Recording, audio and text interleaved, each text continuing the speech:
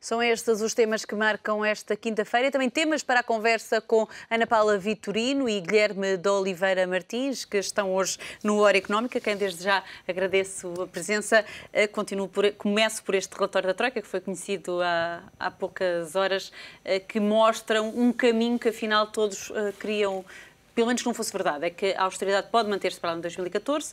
Isto porque, pelos vistos, pelo que diz a Troika, o corte da despesa tem que ser compensado por algum lado, porque não existe. Bom, eu julgo que este relatório do FMI revela, acima de tudo, a falta de credibilidade que o governo português e a sua atuação está a ter, tanto que eu diria que é o verdadeiro plano B para 2013, porque, repare, nós estamos numa fase em que está agora a começar a discussão do orçamento. O orçamento foi recentemente entregue, ainda está a ser discutido o orçamento. Na próxima semana? Ainda não houve sequer a primeira votação. Portanto, o orçamento não está discutido nem aprovado e já existe aqui um plano B que é, na realidade, o verdadeiro orçamento para 2013.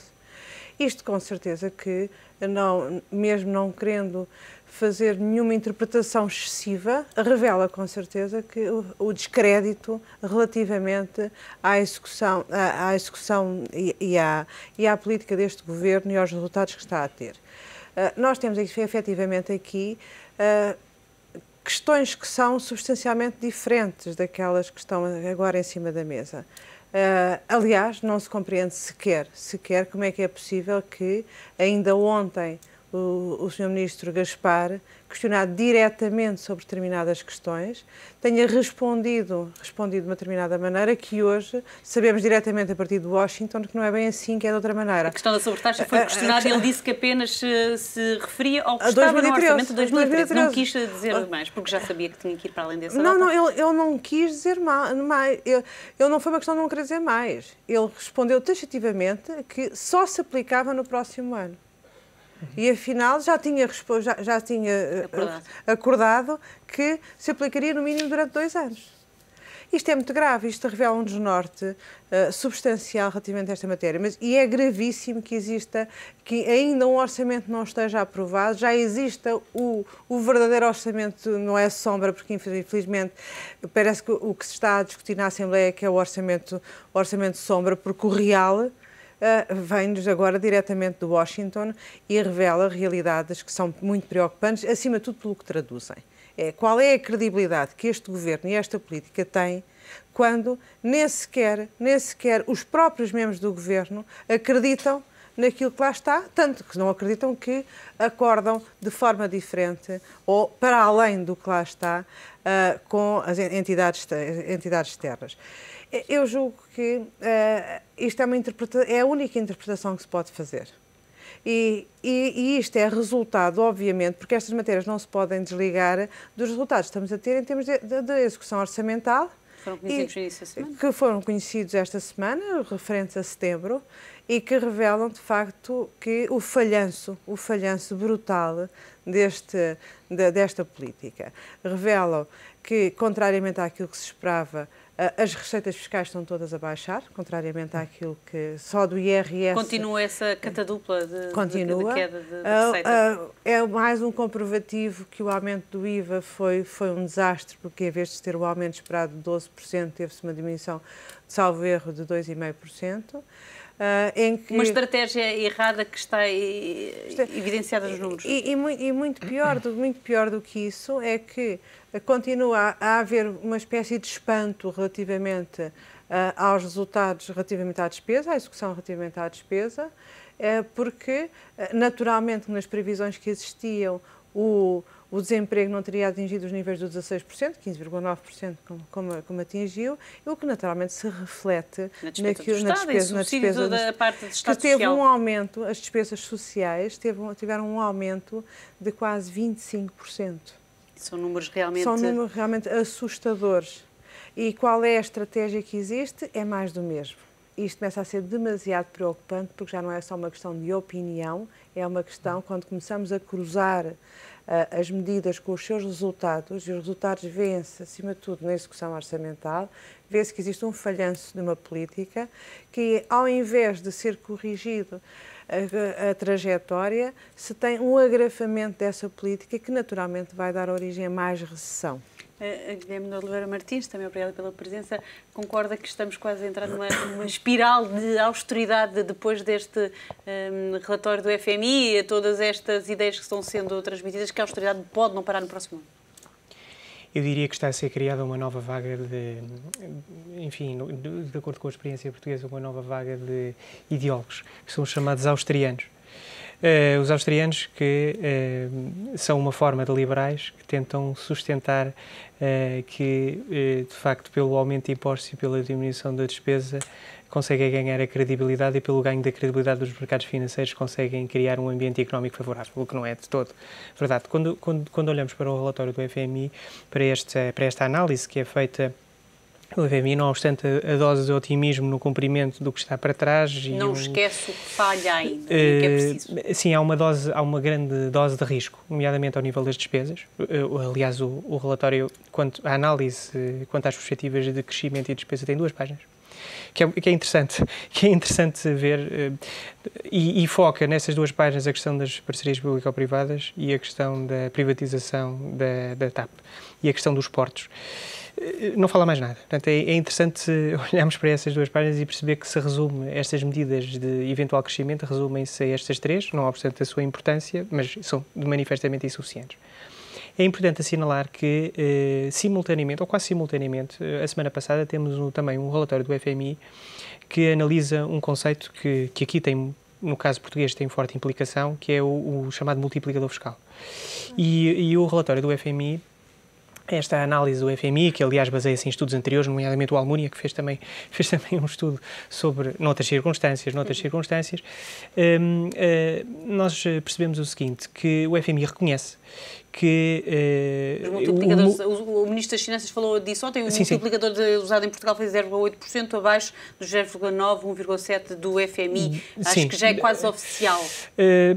Não creio. Não, de facto, o estudo do FMI, não obstante concentrar-se em exemplos do pós-2009, também foca o exemplo português. E eu, quando leio esse relatório relativamente ao caso português, eu consigo perceber que os efeitos são piores daqueles que seriam esperados. O FMI tem consciência que uma política concentrada nos efeitos fiscais e na carga fiscal tem efeitos inesperados. E tem efeitos inesperados por uma razão. E há este pressuposto que é preciso compreender e que provavelmente o Ministro das Finanças não sei se quer ocultar, mas no fundo quer disfarçar. É que este multiplicador fiscal funciona até o momento em que há intervenção por parte das entidades monetárias, por via de um ambiente favorável monetário através de emissão de moeda, no caso do Banco Central Europeu, que não acontece. Portanto, na falta deste apoio, evidentemente que qualquer política fiscal terá efeitos devastadores na economia, nomeadamente os efeitos recessivos. Há aqui também um aspecto importante do ponto de vista, o impacto que este relatório, esta análise do FMI faz, o concreto, no resultado do plano de assistência financeira, no orçamento. É que há uma coisa muito curiosa, é que de facto, não obstante o Governo ter apresentado o orçamento no dia 15 de outubro e não obstante a própria lei proibir que o Governo se pronuncie durante estes 45 dias, porque é de facto o Parlamento, em sede parlamentar, que tem que haver uma pronúncia, que de facto há uma separação de poderes, todos os dias nós vemos anúncios de medidas absolutamente contraditórias. Era isso que eu ia pegar já a seguir. Tivemos os cortes nos subsídios, recuo nos cortes nos subsídios. Agora temos esta que conhecemos do IRC. Media... É a reação natural. Porque, repare, tudo desnorte, como dizia. Não é só um desnorte, é que de facto existe aqui esta tentativa de choque regenerador. A única coisa que deu origem é que efetivamente perdêssemos um ano de efetivamente ajustamento. O que acontece é que neste momento estamos piores do que estávamos. Mas há aqui uma questão muito interessante, é que estes recuos e estes avanços, esta questão do subsídio de desemprego e a questão agora deste anúncio, deste corte do IRC... Que não é anúncio, vai-se falando. Enfim, vai-se falando, é uma forma de teste. Suscita aqui uma coisa, quer dizer, que para um jurista é absolutamente estranho, que é a interferência que o Governo tem perante o Parlamento. O Parlamento que é a instituição máxima orçamental. E é no Parlamento que os assuntos devem ser discutidos e não em praça pública. O Governo, a partir do momento em que apresentou uma proposta, a proposta é definitiva. Não pode mexer na proposta, a não ser que seja retificação. Não pode. Eu sei que isto é uma mera formalidade.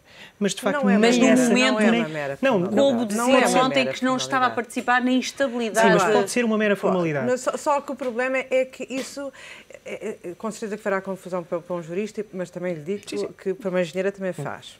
E, portanto, Pois, já claro. somos dois a quem Ainda isto por faz cima muita com confusão. funções no Parlamento que deveria estar Exatamente. nesse Mas é que período. o problema é que isso faz parte deste desnorte. Porque nós, desde o dia 7 de setembro, deixámos de ter governo. Efetivamente deixámos de ter governo. Há umas pessoas que ocupam umas funções, mas que deixou de existir efetivamente um governo.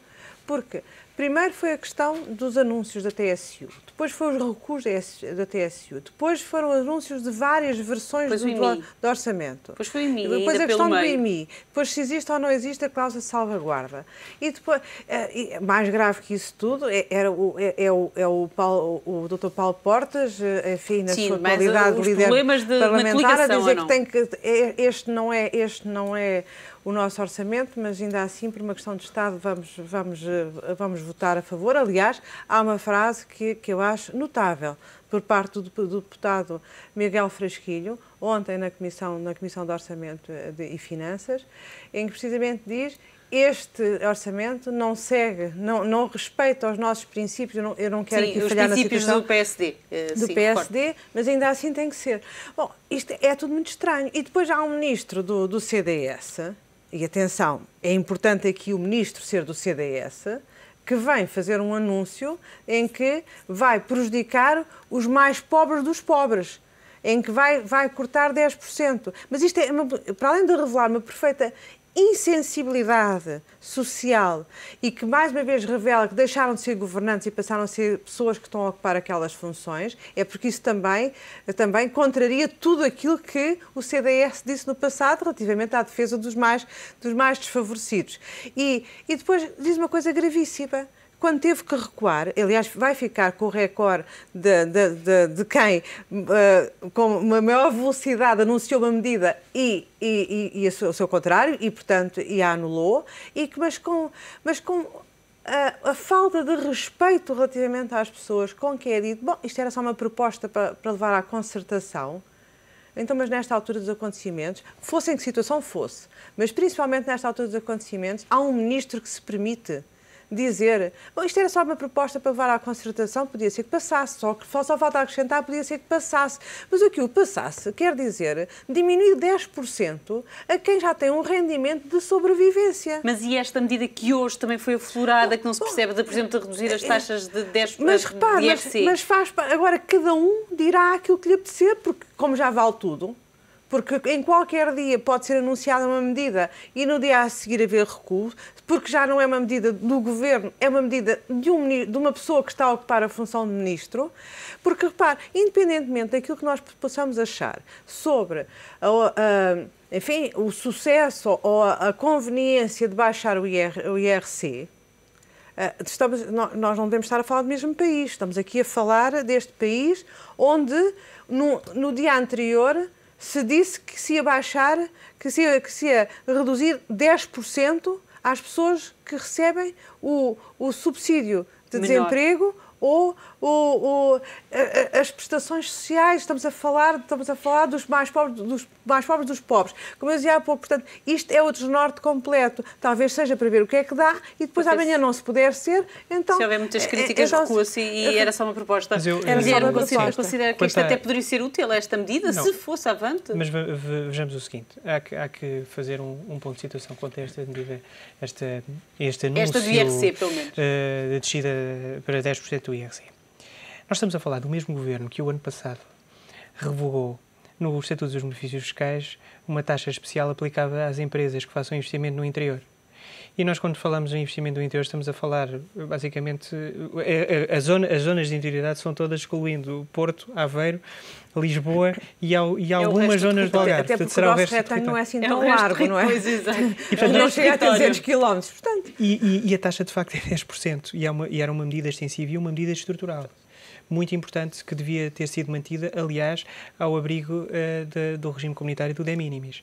É que há também uma questão muito interessante jurídica, que é que este anúncio é feito ao mesmo tempo que estamos a esquecer-nos que este tipo de medida é da mais seletiva porque se baseia no nível de investimento ao nível dos 3 milhões. Não sei se o próprio Ministro... 3 a 5 milhões. Não sei se o próprio Ministro da Economia está a perceber que isto é uma negociação muito dura com as instâncias europeias porque isto viola o regime do auxílio do Estado.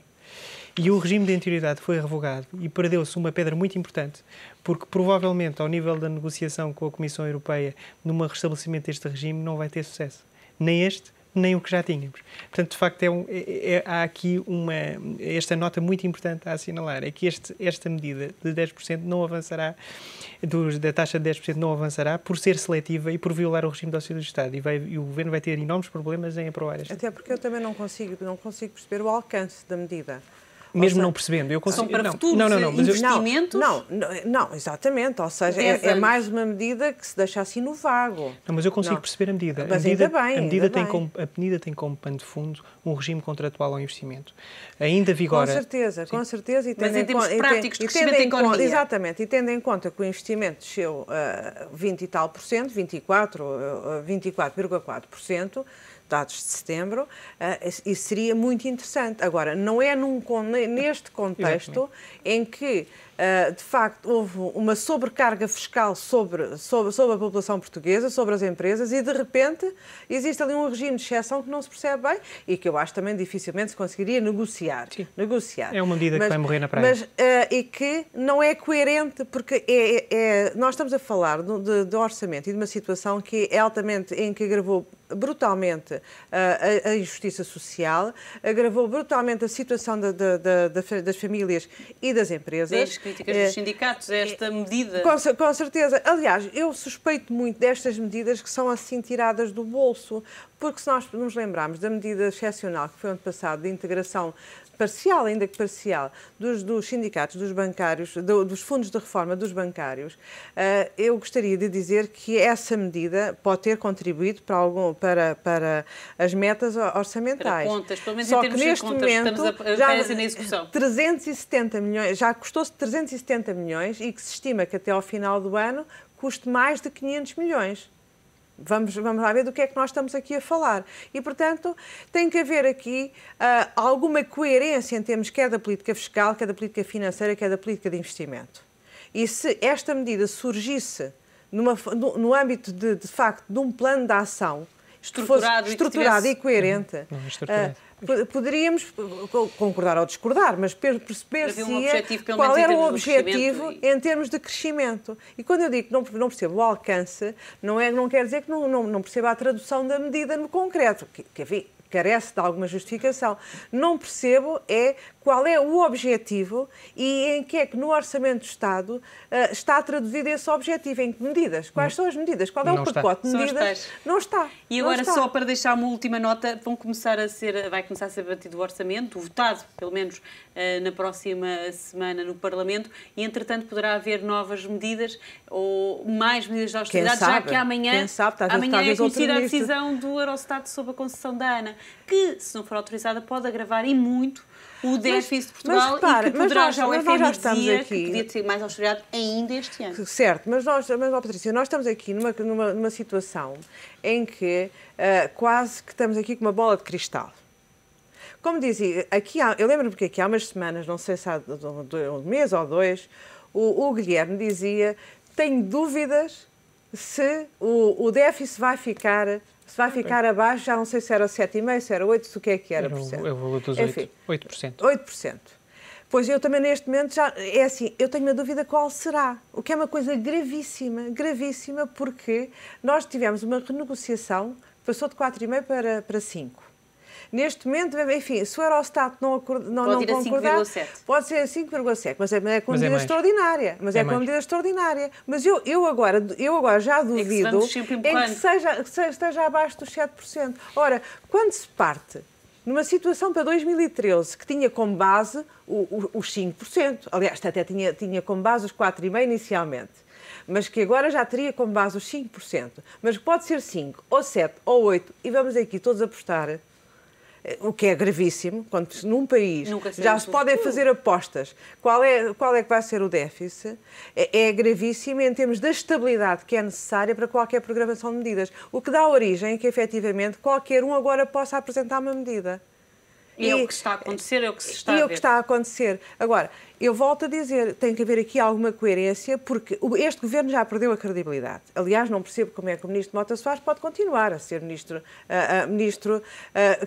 o interlocutor da concertação social. Perdeu a credibilidade. No momento em que faz esta proposta e que no dia a seguir já não é recua, retira. E que diz que era só uma proposta para ver, não é? A partir daqui não é um interlocutor válido. Não é um interlocutor válido. E se nós tivermos uma catadupla de ministros a apresentar este tipo de propostas, deixamos de ter a credibilidade suficiente para haver alguma estabilidade, e já nem digo estabilidade política. É uma questão de estabilidade económica e financeira no nosso país, porque já ninguém acredita em qualquer previsão que seja apresentada. Isso nem as pessoas cá vivem, quanto mais os investimentos que tentam atrair. Mas aí estamos com uma boa imagem. Não, mas é que é assim, não.